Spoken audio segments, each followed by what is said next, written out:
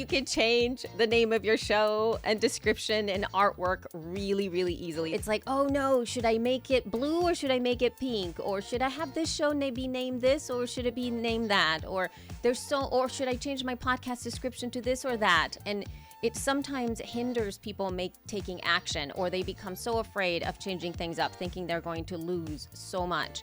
And technically speaking, this is one of the easiest changes that you can do to podcasts. It's so easy. You can literally go into your podcast host's dashboard, whatever the back end is there, and just change it right there. And it just automatically gets updated everywhere.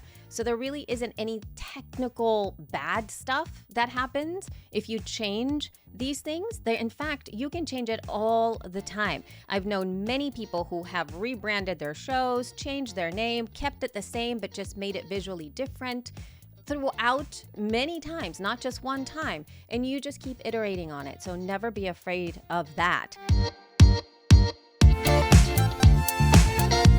Very important to a lot of people. No, you will not be able to find out how many subscribers or listeners you have in your podcast, no matter what service or platform or provider say. I'm sorry, but this is not going to be happening, and might as well get that into your head there. So listens, downloads, subscribers, followers, all of that is essentially, everybody calls it differently.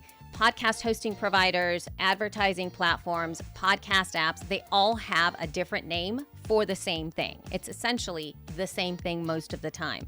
And no, you cannot get comprehensive data on all of this stuff.